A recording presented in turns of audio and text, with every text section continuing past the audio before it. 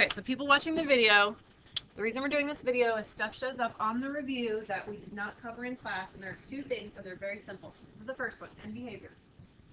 Odd degrees have different ending behaviors. Even degree polynomials have the same end behaviors. That means the arrows go the same way. So if it's odd, one's going to go up, one's going to go down. Even, they either both go up or both go down.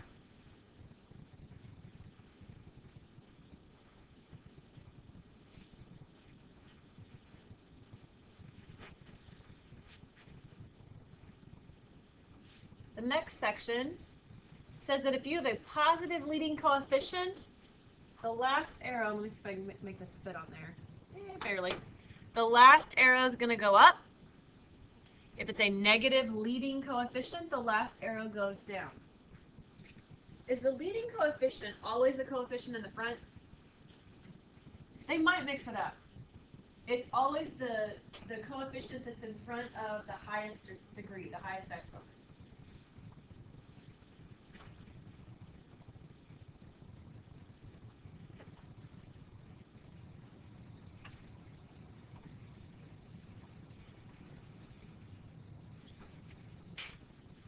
Odd degrees, the arrows go different ways.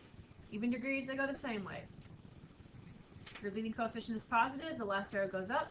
Leading coefficient is negative, the last arrow goes down. Say again? For this? No, this is for any degree. For any polynomial, if it's a positive leading coefficient, the last arrow goes up.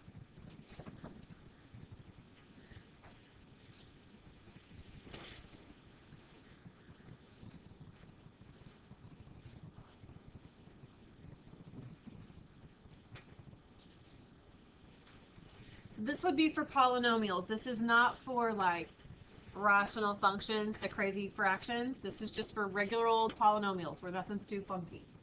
So for our examples, can I go ahead and scoot that? Are you guys good?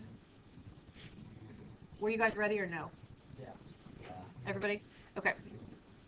So for your examples, and you don't have to write these down, you can just watch. It's up to you. Let's grab a different color. Here we go. This guy right here. What's the degree? 4.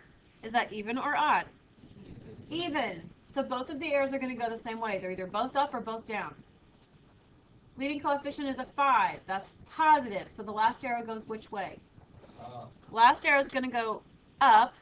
And we already said that they both went the same way. I don't care what happens in the middle. It doesn't matter. Because all we're concerned with is the end behavior.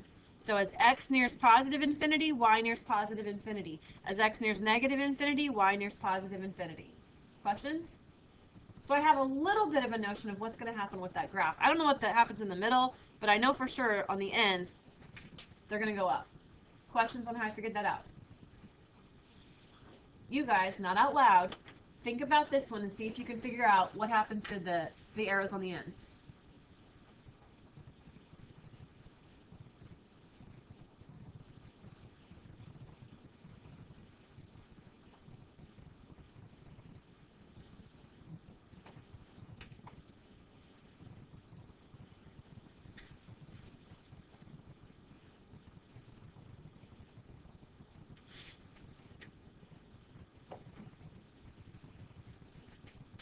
It is a negative leading coefficient, so what happens to the last arrow?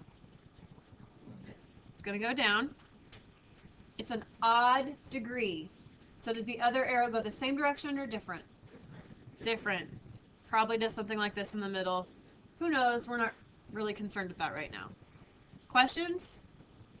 So for the end behavior, if it asks you for that on your quiz or your test next week, it'll say as x nears positive infinity, y nears negative infinity. And as x nears negative infinity, y nears positive infinity. Questions on end behavior?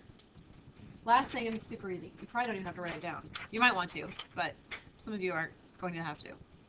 Discontinuity. There are types of discontinuity, and I'm sure you talked about this last year. We didn't mention the types when we went through our notes, but in case it asks you that, because it does on your review, you'll kind of know. What's great about discontinuity is the vocabulary kind of matches what you would picture in your mind anyway. Infinite discontinuity means that there's an asymptote.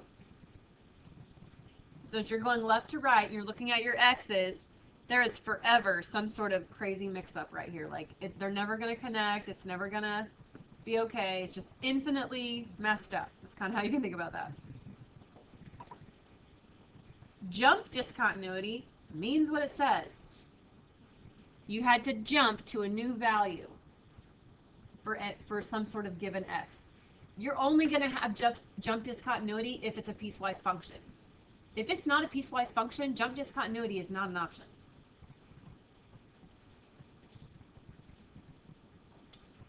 So even though, you know, this little guy looks like the domain is all real numbers, there is jump discontinuity because it jumps over, because both of these functions, as they approach this value of x, have different values for x. So there is jump discontinuity. The last one, it's called point discontinuity, and it means what it says. There's a hole. At one point, we have to skip over it. At one point, it's discontinuous. So it means what it says. It's not really a big deal. Questions? Can you go back up to the first row? Yes, ma'am.